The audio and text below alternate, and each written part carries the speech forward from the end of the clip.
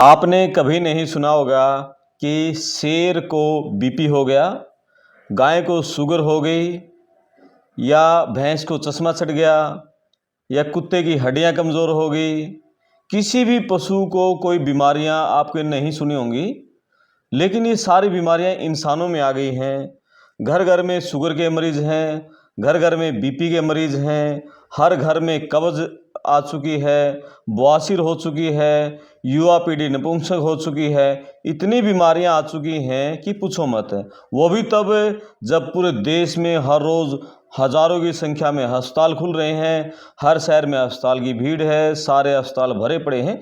तो आखिर जब पशुओं में कोई बीमारी नहीं है तो इंसानों में ये बीमारियां क्यों आ रही हैं, इसी बारे में बातचीत करेंगे। मेरे साथ हैं डॉक्टर बीवी चौहान जी, और 31 साल से हेल्थ पर काम कर रहे हैं और एक न्यू डाइट सिस्टम, ये कह रहे हैं कि जो हमारा खान पान है उस खान पान के चलते ही इंसान इतनी बीमारियों से घिर गया है। हमें अपना खान पान किस तरह करना चाहिए ताकि हम बीमारियों से बचे रहें। और बीवी चौहान जी गुजरात के रहने वाले हैं, पेशे से इंजीनियर रहे युवा पीढ़ी अपने जवानी में, लेकिन बाद में ये हेल्थ की तरफ क्यों आए, बहुत सारे सवाल हैं मेरे मन में। जो सवाल आते रहेंगे मैं इनसे पूछता रहूँगा। और मेरी गुजारिश, आप इस वीडियो को तब सुने जब आपके पास 30-40 मिनट का फुर्सत का टाइम हो, यानी कि ये वीडियो पूरा सुनेंगे तो आपको फ़ायदा मिलेगा। आपको अपनी हेल्थ के बारे में, अपने खान पान के बारे में बहुत सारी अच्छी जानकारियाँ इस वीडियो में मिलने वाली हैं। जी डॉक्टर साहब, बहुत बहुत नमस्कार आपका। जी नमस्कार, प्रणाम। जी, थोड़ा सा आप बताओ, आप इंजीनियर थे और फिर इसमें हेल्थ विशेषज्ञ कैसे बन गए? एनडीएस आपने एक प्रोग्राम चला रखा है, न्यू डाइट सिस्टम, थोड़ा अपने बारे में हरियाणा के, देश भर के दर्शक भी जानना चाहेंगे आपके बारे में। अवश्य। आपने जो सेवा का मौका दिया जी, इसलिए हम आपके ऋणी हैं। Thank you. Necessity is the mother of invention. जी। तो मेरे लिए ये ज़रूरत हो गई थी। मैं पढ़ता था, इंजीनियर बना, जी। लेकिन बचपन से, मानो जन्म से ही मैं बीमार रहा। ओके। बीमारियों को हटाने के लिए जो ट्रेडिशनल सब कुछ चल रहा है सारी दुनिया में, जी। घरेलू उपचार, आयुर्वेदा, जी। एलोपैथी, होम्योपैथी, नेचुरोपैथी, ये सारी पैथी थेरेपीज मैंने खुद पे अपनाई। ओके।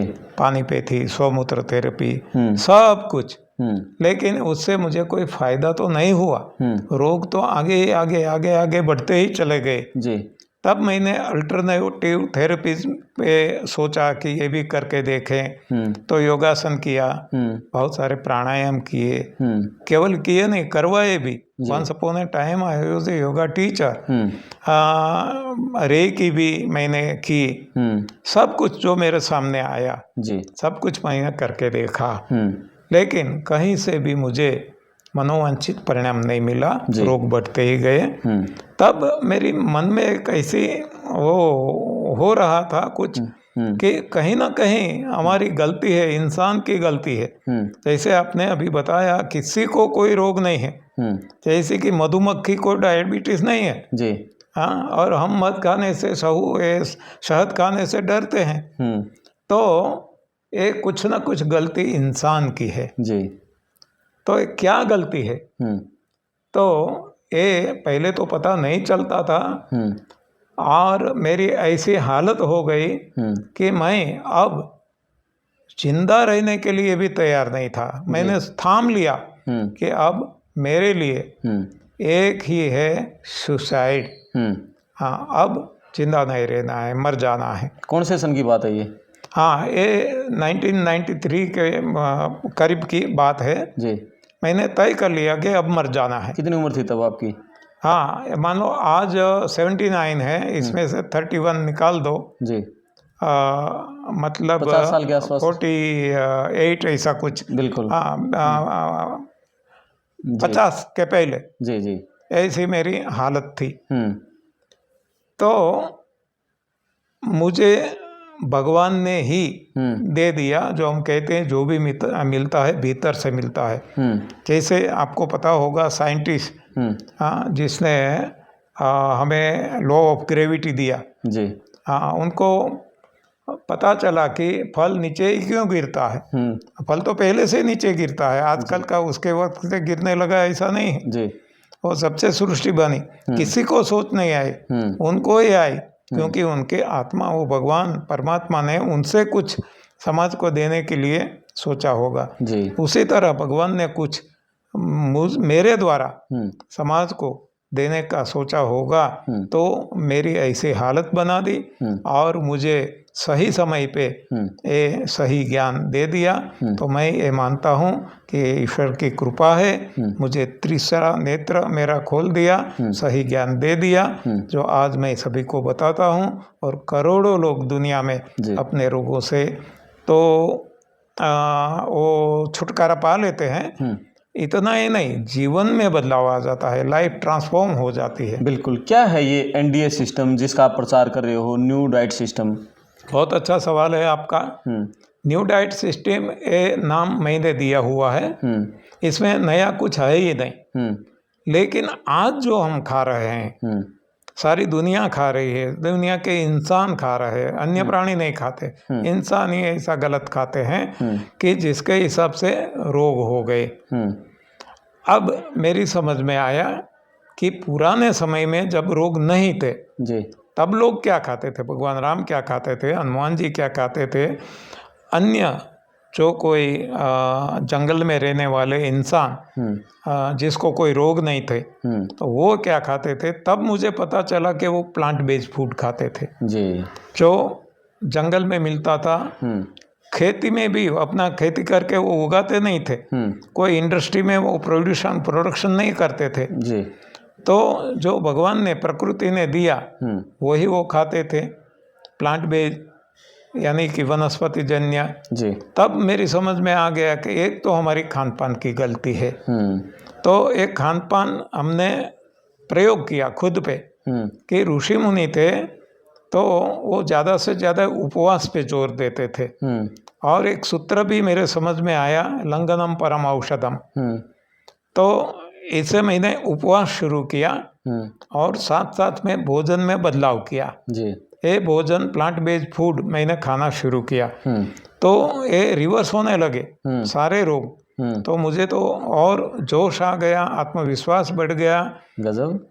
और मुझे लगा कि अब हर कोई प्राणी क्या खाते हैं। तब मुझे पता चला कि हर कोई प्राणी अपना अपना भोजन खाते हैं, कोई एक दूसरे का नहीं खाते। मांसाहारी मांसाहारी करते हैं, घासाहारी घास ही खाते हैं, वो मांस नहीं खाते। तो उसी तरह पशु पक्षी जो पक्षी है अपना भोजन जो है अनाज दाल है वो ही खाते हैं, जबकि अन्य पशु अपने लिए जो भोजन बनाया गया है वो सब कुछ खाते हैं। दरिया में रहने वाले, पानी में रहने वाले जलचर वो वहाँ जो भगवान ने भोजन दिया वो ही खाते हैं। यानी मेरी समझ में इतना दृढ़ हो चुका कि मनुष्य को, इंसान को भी जो भगवान ने इंसान के लिए भोजन कुछ बनाया होगा वो ही खाना होगा, और वो जो पुराने समय में खाया जाता था ये हो गया पुरानी भोजन प्रथा जी। अब जो आज खाया जाता है वर्तमान भोजन प्रथा, तो इसको हम सीधा नहीं छोड़ पाएंगे, तो धीरे धीरे इसको छोड़ना है। तो दोनों को मैंने मिला लिया जी। तो पहले ऋषि मुनि का उपवास करो और सही प्लांट बेस्ड फूड खाओ। दूसरा, रात को एक बार जो आज हम खा रहे हैं पकाया हुआ दूध से बनी चीजें जो कुछ खा रहे हैं, मांसाहार खाते हैं वो मांसाहार, और रात को एक बार वो खाते रहे। तो इससे भी बहुत सारा लाभ मिल गया। तो इसको हमने नाम दिया नई भोजन प्रथा जी। अब बाद में पता चला कि आज तक गलती की है 50-50, 70-70 साल से, तो ये गंदा शरीर बन गया है, गंदगी से भरा पड़ा है, तो इसको साफ करना होगा। तो सफाई के लिए बहुत सारे इलाज उपचार दुनिया में उपलब्ध है जी। पंचकर्म है, नेति धोती बस्ती, ये सब कुछ है।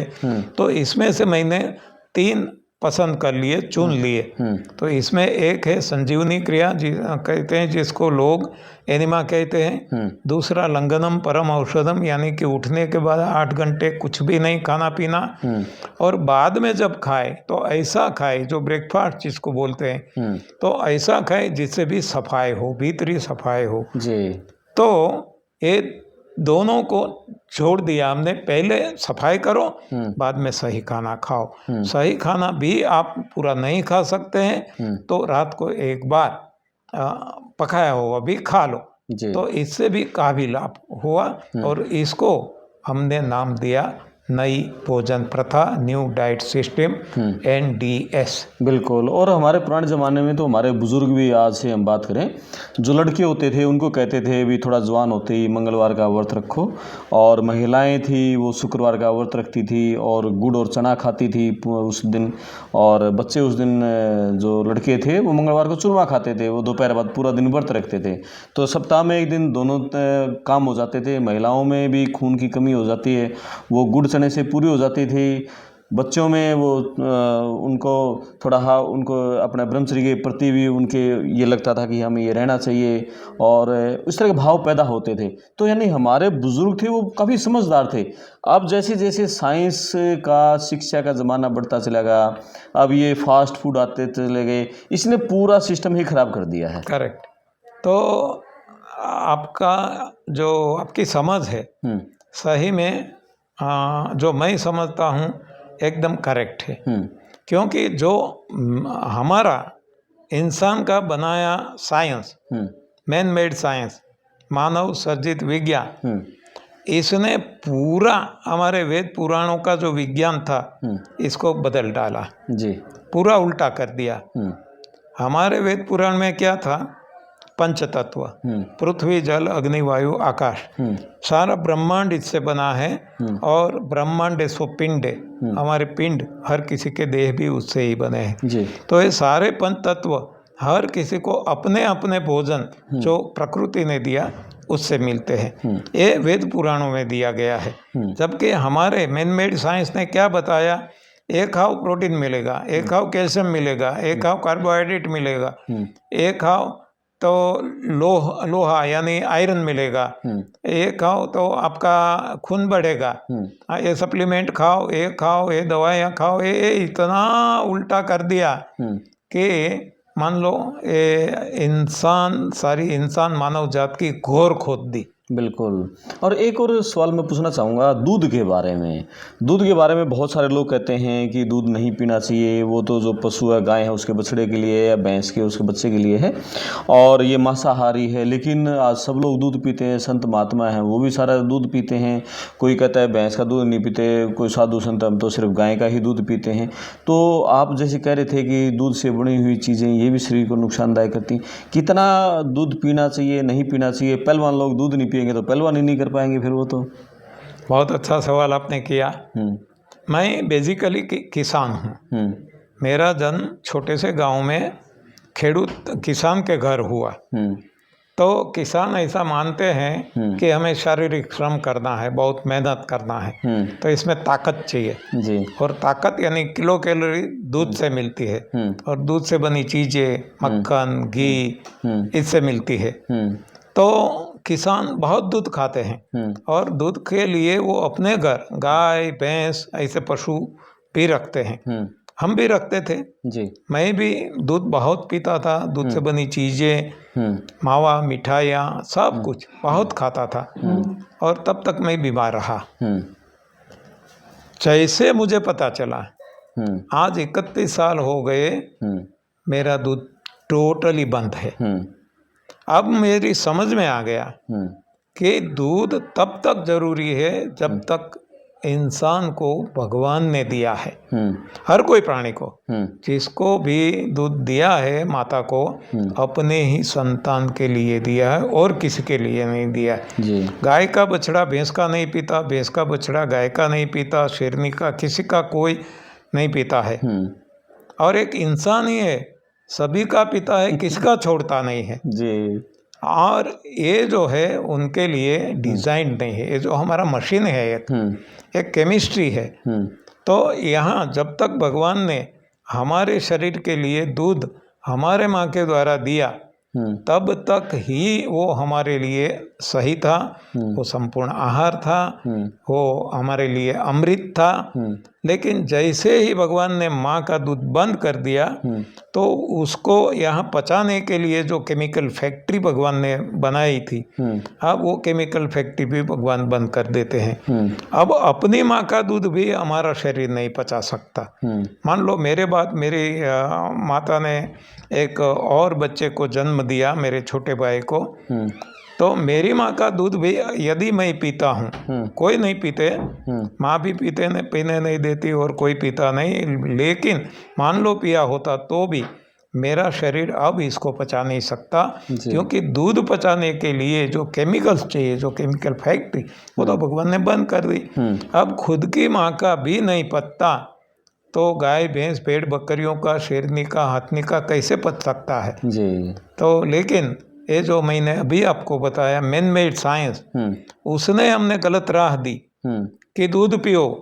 हाँ, दूध संपूर्ण आहार है, दूध कैल्शियम का सोर्स है, दूध से किलो कैलोरी ताकत मिलती है जी। तो आज सारी दुनिया दूध पी रही है और मर रही है। और घी के बारे में आपकी क्या राय है?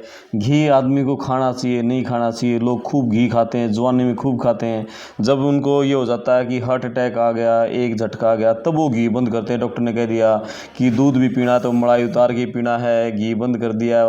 तो घी के बारे में क्या राय है आपकी? हाँ, जो मैंने आपको बताया, दूध से बनी चीज़ें, यानी घी भी दूध से ही बनता है। दूध से पहले वो कर्ड, दही बनाया जाता है, इसमें से वो मक्खन बनाया जाता है, और मक्खन को इतना गरम करके बाद में घी बनता है जी। तो दूध से कई गुना ज़्यादा नुकसानकारी ये घी है जी, ऐसा मेरा मानना है। पहले मैं बहुत घी खाता था, कोई ना कोई रूप में खाता था, लेकिन आज 30 साल हो गए, 31 साल हो गए, और अब घी टोटली बंद है मेरे जीवन में। दूध और दूध से बनी सारी चीज़ें, लस्सी हो, कुछ भी हो, पहले तो घी से बने मावा मिठाइयाँ 100 गुलाब जामुन खाता था, बड़ी साइज के लड्डू 12-15 खा जाता था ऐसे। और क्योंकि मैं मानता था इससे ताकत है, एक गलत फहमी थी, ये मेरी भ्रांतियाँ थी जो मुझे भटका रही थी। आज ये सारी भ्रांतियाँ निकल चुकी है। आज कोई दूध, घी, मक्खन किसी की ज़रूरत नहीं है, मैं लेता भी नहीं हूँ। 31 साल हो गए। मेहनत कश लोग हैं जो मेहनत करते हैं, खेतों में करते हैं, या जो कि मजदूरी करते हैं, जोर लोग हैं, पहलवान हैं, कोई भी मेहनत जो करता है वो तो इन चीज़ों को डाइजेस्ट कर लेता है, उनको तो खा लेने में कोई दिक्कत नहीं होती होगी। हाँ जी, देखो मेहनत की जब बात आती है तो आप देखो घोड़ा कितना मेहनत करता है, इंसान जो है सबसे ज़्यादा मेहनत करने वाला, मजदूर से भी ज़्यादा मेहनत करे वाला किसान है, और वो किसान मैं हूँ। मेरे सारे रिश्तेदार किसान हैं। तो किसान जिससे काम लेता है वो है बैल। तो बैल तो कितना काम करता है और क्या खाता है, कितना घी खाता है, कितना दूध पीता है। तो ये सारी भ्रांतियाँ हैं जी। हाँ, घी से कोई फायदा नहीं है, नुकसान ही नुकसान है। घी हो या दूध से बनी कोई भी चीज़ हो। एक स्वस्थ इंसान को क्या डाइट प्लान अपना बनाना चाहिए? हाँ जी, जो गॉड गिवन, जैसे मैंने बताया, हर किसी का अपना अपना डाइट प्लान है जो भगवान ने दिया, प्रकृति ने दिया। इंसान के लिए जो दिया हमें पता नहीं है, लेकिन ग्रंथों में दिया है। रामचरितमानस में बताया है, कंद मूल फूल फल पत्ती पानी हवा प्रकाश और आकाश इंसान का भोजन है। श्रीमद् भगवद गीता में बताया है, पत्रम पुष्पम फलम तोयम, तो ये इंसान का भोजन है। हर कोई ग्रंथ में आप देखेंगे, चाहे कुरान हो, बाइबल हो, गुरु ग्रंथ साहिब हो, सब भी में एक ही बात बताई है। लेकिन हमने इसको किनारे कर दिया और इसको कोई और दृष्टि से देखा, और हम ऊंडी गर्ता में गिर पड़े हैं। जी। और हम अब देख रहे हैं कि अस्पतालों की हम बात करते हैं, हर जैसे कोरोना की बीमारी आई थी अभी, और अभी डेंगू की बीमारी चल रही है। हम कहीं कैंसर हॉस्पिटल में जाएँ तो वहाँ कैंसर के मरीज़ भरे पड़े हैं। यहाँ हमारे शहर में जो हार्ट के हॉस्पिटल हैं, ये हार्ट वाले मतलब बेड भरे पड़े हैं। हाँ, इतने लोगों को हार्ट अटैक आ रहे हैं। तो ये लोगों को इतनी बीमारियाँ, सिर्फ आप ये मानते हैं कि ये जो डाइट सिस्टम है, पका हुआ भोजन है और ये गलत खान पान है, इसी के चलते आ रहे हैं, या कुछ और कारण भी आप मान रहे हो ये सारी बस बीमारियां जो हैं? मेरे हिसाब से एक ही कारण है, गलत आहार। और गलत आहार जब खाते हैं तो ये हमारा शरीर इसको डाइजेस्ट नहीं कर नहीं, सकता। गलत आहार यानी पका हुआ?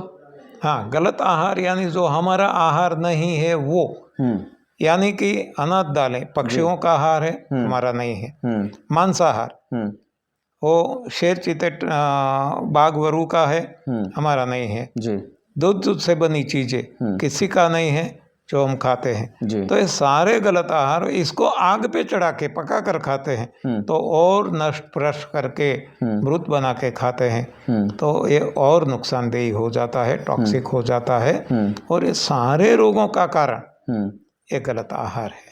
लेकिन जब इंसान, जब मानव वानर से जब इंसान बना था, उसमें तो सबसे पहले आग की खोज करके पका के ही खाना शुरू किया था उसने, तभी से खा रहे हो जब से। हाँ जी, मुझे लगता है कि ये पहले नहीं ऐसा खाया जाता था रामावतार में या ऐसे, लेकिन 5000 साल पहले तो ये शुरू हो गया है। क्योंकि श्रीमद् भगवत गीता में रोगों की जिक्र की गई है, इसमें पकाया हुआ ये भी मेंशन किया है।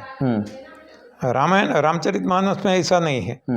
तो 5000 साल भगवान श्री कृष्ण को हो गए ऐसा हम कहते हैं।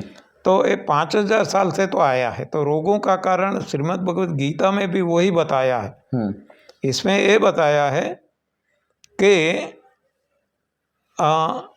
राजसी और तामसी जनों को प्रिय ऐसा भोजन, जो श्रीमद् भगवत गीता अध्याय 17 श्लोक 9 और 10 में बताया है। तो इसमें ये सब कुछ वर्णित है कि पकाया हुआ, वासी, तो ये सब जब खाते हैं तो इससे रोग होते हैं। और बहुत सारी, और जब रोग होते हैं, कमजोरी आ जाती है, तो जीवन ही हमारा बर्बाद हो जाता है और जीवन में से खुशी चली जाती है। तो ये श्रीमद् भगवत गीता में भी वर्णित है, रामचरितमानस में है दूसरी तरह से, क्योंकि उस वक्त शायद पकाया हुआ नहीं खाया जाता होगा। तो उसमें रोगों का कारण ये बताया है कि बहु रोग वियोग नहीं लोग है ये, बहुदंग दि निरादर के फल ए। रोगों का कारण क्या? बहु रोग क्यों हुए? बहुदंग दि निरादर के फल ए। बहुदंग दि यानी भगवान का जो निरादर करते हैं उनके फल स्वरूप उनको रोग होते हैं। तो भगवान का निरादर मतलब क्या? भगवान ने जो हमारे लिए भोजन दिया वो हम नहीं खाते हैं और कुछ खाते हैं, भगवान का निरादर है। भगवान जिस तरह से हमें रखते हैं उस तरह से नहीं रहते हैं। जैसे खुली आकाश, खुला धरती, खुला पवन, खुली प्रकाश, इसमें हम नहीं रहते। हमने ऐसे ऑफिस, ऐसे बिल्डिंग्स बना लिए, तो ये सारे सब कुछ मिला के हम भगवान का निरादर कर रहे हैं। तो ये सारे सब कुछ मिला के इसमें प्रमुख भोजन है, क्योंकि भोजन से शरीर डायरेक्ट बनता है जी। बाकी ये भी काम करता है, ये हवा, प्रकाश, पानी, ये सब कुछ भी हमारी हेल्थ में इफेक्ट करने वाला है जी। आज से हम बात करें 40 साल, 50 साल, 60 साल पहले की, तब ये बीमारियां जो आजकल घर घर में हो गई हैं, 4-5 बीमारियों में जो अभी नाम लिए थे, शुगर है, बीपी है, कैंसर है, तो इन बीमारियों का क्या समाधान करें? जो घर घर में मरीज, सबसे ज़्यादा मरीज इन्हीं चीज़ों के हैं। जो लोग इनसे पीड़ित हैं, लाखों करोड़ों लोग शुगर से मरीज हैं, मोटापे के, मधुमेह से, कैंसर से। तो इसके जो मरीज़ हैं, वो जो लोग वीडियो सुन रहे हैं आपको किस तरह से आप उनको गाइड करना चाहेंगे कि वो क्या अपना खान पान करें, कैसे अपने बीमारियों को भगाएं? बस, तो हमें यहाँ क्या करना है, जो बीमार नहीं है उनकी खान पान, उनकी दिनचर्या देख लो। इंसान के अलावा सारी प्राणी आज इस समय में कलयुग में भी वो बीमार नहीं है। जैसे अभी अभी आपने बताया था कोरोना आया, ये सब कुछ महामारी फैल गई, लेकिन आपने देखा होगा कोई जलचर, कोई स्थलचर, कोई नभचर, इंसान के अलावा किसी को कोरोना नहीं हुआ। मतलब क्या है, जो अपना सही खान गाय में हुआ था, गायों को वो बहुत सारे। हाँ सही बात है आपकी, मैं आई डू एग्री, लेकिन कौन सी गाय जो हमने पाली है, जिसको हम गलत खाना खिलाते हैं। तो ऐसे सारे प्राणी, चाहे गाय हो, भैंस हो, घोड़ा हो, तोता हो, कोई भी प्राणी, कोई भी पशु, कोई भी पक्षी जो हमने पाल के रखे हैं, हम जिसको गलत खाना खिलाते हैं उनको, जो हमें रोग होता है उनको भी होगा जी। लेकिन जो स्वैर विहारी है, जो हमारे साथ नहीं जुड़े हैं, जो खुद का ही खाना खाते हैं, उनको किसी को नहीं हुआ और ना हो सकता है। तो बस वही हमें इसमें से बोध लेना है कि हम भी, हमारे लिए जो भगवान ने हमारे लिए भोजन दिया वो धीरे धीरे आए, लेकिन वहाँ आए तो गॉड गिवन, भगवान का, प्रकृति ने दिया हुआ भोजन खाने लगे। लेकिन इसके पहले जरूरी है कि जो गंदगी आज तक भर गई है, ये गंदगी को हटा दे। सबसे पहले इंसान को ये करना है, गंदगी को हटाना। कैसे हटाएं इस गंदगी को हटाने के लिए पहले मैंने बताया, फिर से बता दूं, एक लोग जिसको एनिमा कहते हैं, सादे पानी से बड़ी आंत को साफ करना। सादा पानी चढ़ा देंगे, बाकी काम शरीर कर लेगा, शरीर के भीतर भगवान वो कर लेंगे, हमें केवल सादा पानी चढ़ाना है। इसके लिए इंस्ट्रूमेंट मिलता है बाजार में। तो कैसे भी बड़ी आंत में सादा पानी चढ़ा दे, ना ठंडा ना गर्म, दिन में 2-3 बार जी। तो ऐसे वो बड़ी आंत साफ होने लगेगी। अब लंघनम परम औषधम, यानी जो खाने से ये गंदगी गई है, अब जितना हो सके खाना बंद करे। तो उस वक्त, जिसको ऑटोफेजी भी कहा जाता है और इसको नोबेल भी दिया गया है, तो ये ऑटोफेजी हो जाएगा। शरीर खुद का जो कूड़ा कचरा है, गंदगी है, टॉक्सिन है, इसको खाने लगेगा। तो ये दूसरा है सफाई, वो है लंघन। और तीसरा है जो ऐसे कोई पदार्थ यानी व्रत, लंघन यानी व्रत। लंघन यानी न खाना न पीना, उठने के बाद जहां तक हो सके कुछ भी मुंह में नहीं डालना। कितने घंटे तक? मिनिमम हो सके तो मिनिमम 8 घंटे, मैक्सिमम जितना हो सके अच्छा है। और जिससे 8 घंटे शुरू में नहीं हो सकता तो धीरे धीरे आगे बढ़े, 7 करे, 6, 5, 4, 2, 3, जितना हो सके, और धीरे धीरे 8 घंटे तक आए। कुछ लोग तो उठते ही बिस्तर पे ही चाय और उसके साथ बिस्कुट ले लेते हैं। हाँ। ये भी एक बड़ा कांड है। बिस्तर पे उठेंगे, घरवाली चाय का कप ले आएगी, साथ में 2 बिस्कुट भी पकड़ा देगी, फ्रेश हो ना कुछ किया। हमारा ये ट्रेडिशन ऐसा बन गया है ना, हमने हमारा जटिल बना दिया है मानव ये लाइफ हमारी। और इसके पीछे भी सूत्र काम करते हैं, वो विज्ञान काम करता है कि सुबह उठने के साथ भारी भोजन खाओ राजा जैसा, दोपहर व्यापारी जैसा मध्यम, और रात को भिखारी जैसा हल्का सा। ये बताया गया है समाज को, और सारे समाज को बीमार बना दिया। ये गलत है, ये टोटली गलत है जी। हाँ, इसको हमने उल्टा कर दिया। देखो हम एनडीएस में क्या करते हैं, उठने के साथ 8 घंटे तक कुछ भी नहीं, केवल खाना है तो हवा खाना, सबसे हल्का भोजन जी, हवा। ये भिखारी हो गए। अब दोपहर में व्यापारी, व्यापारी किसको कहते हैं? जहाँ उसको ज़्यादा मुनाफा मिलता है वो व्यापार बढ़ाता है, और जहाँ घाटा जाता है इसको बंद कर देते हैं। अब हमें पता चल गया दाल चावल रोटी पूरी पराठे सब कुछ खाने से तो घाटा गया, और ये जो गॉड गिवन है सलाद सब्जी फल, ये सब कुछ खाने से फायदा होता है, तो ये हम बढ़ाते गए, तो ये मीडियम मध्यम हो गया। और रात को एक बार राजा जैसा, क्योंकि एक साथ बदलाव नहीं कर सकते, जीभ भी मांगेगी, मन भी मांगेगा। जैसे आपने बताया रिश्तेदार भी हमें खिलाएंगे, खाओ खाओ खाओ, तो ये भी हम इससे जुड़े हुए हैं। तो रात को एक बार हमने ऐसा खाना शुरू किया, लेकिन इसमें भी हमने देखा कि अनाथ दालें तो हमारा भोजन है ही नहीं, वो तो पक्षियों का है जी। तो ये जितना हो सके कम खाएं। और सब्जियां जो है चाहे आग पे चढ़ाई हुए गलत ही है, फिर भी गलत खाना ही है तो सब्जी ज़्यादा अनाज कम, जी 70% सब्जी 30 में बाकी जो कुछ खाना है, ऐसा हमने शुरू किया और बहुत सारे रोग अपने आप रिवर्स होने लगे। बाद में तो हमने वो भी छोड़ दिया, हमें पता चल गया कि ये तो गलत है, तो ऐसा हम क्यों खाएंगे जी। तो धीरे धीरे इसको भी अलविदा कर दिया और आज हम जो गॉड गिवन है, जब भी भूख लगती है वही रूप में खाना पसंद करते हैं, वही खाते हैं। जो लोग बीमार हो चुके हैं, बहुत सारी बीमारियों से पीड़ित हैं, आपका कोई इस तरह का हॉस्पिटल आप कहीं कोई चलाते हैं, प्राकृतिक चिकित्सालय? मैं नहीं चलाता, लेकिन मानो ये जो हमारे जिग्नेश भाई है पोरबंदर से सारी टीम आई है, वो पोरबंदर में चलाते हैं जी। गुजरात में सूरत में महेंद्र भाई कोराट करके हैं, वो चलाते हैं। यहाँ हिमाचल प्रदेश मंडी डिस्ट्रिक्ट में दिव्याशीष आश्रम है, वहाँ आनंदीबा और सुरेश भाई मलिक चलाते हैं। तो ऐसे धीरे धीरे सेंटर्स खुलने लगे हैं और खुलते जाएंगे। इन सेंटर्स में किस किस तरह के मतलब लोग जाएं, किस किस तरह का उपचार इलाज वहाँ होता है? ये जो मैंने आपको बताया वही वहाँ होता है। कोई भी बीमारी से पीड़ित चला जाए? हाँ, कोई भी बीमारी हो, कोई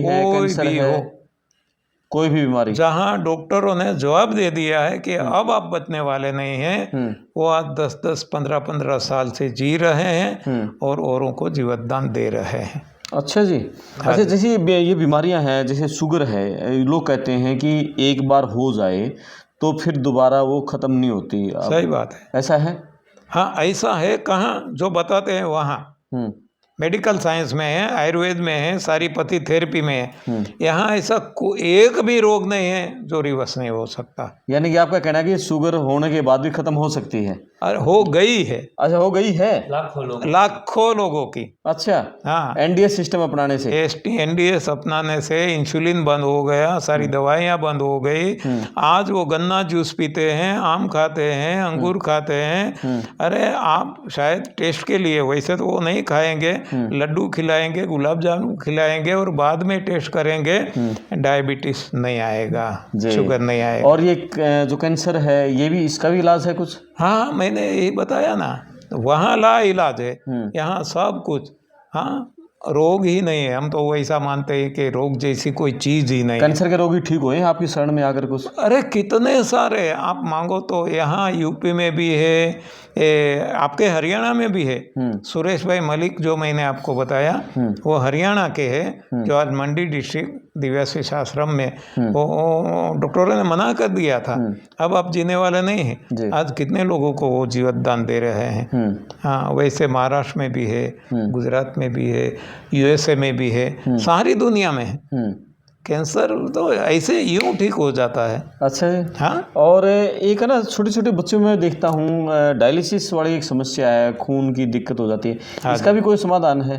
मैं पूछना चाह रहा हूँ, ये ऐसे ऐसे लोग हैं जो मेरे संपर्क में आए हैं, मेरे उनको बीमारियां याद आ रही हैं, ताकि वो वीडियो सुने तो उनको पता चलता रहे। अच्छी बात है, आप बहुत बड़ी सेवा कर रहे हैं। तो मैं आपको एक एक्सट्रीम केस बता दूं, बाकी तो सारे मामूली है जी। महाराष्ट्र में दापोली करके एक तहसील है, तालुका प्लेस है, और रत्नागिरी डिस्ट्रिक्ट का है। वहाँ कच्छ भुज गुजरात के कांतिभाई पटेल ये अपने बिजनेस के लिए गए थे। उनका क्रिएटिनिन बढ़ने लगा, डॉक्टरों ने डायलिसिस चालू कर दिया, हफ्ते में 2 बार। करते करते दवाइयाँ लेते लेते फिर भी क्रिएटिनिन बढ़ता ही जाता था, हफ्ते में 3 बार कर दिया।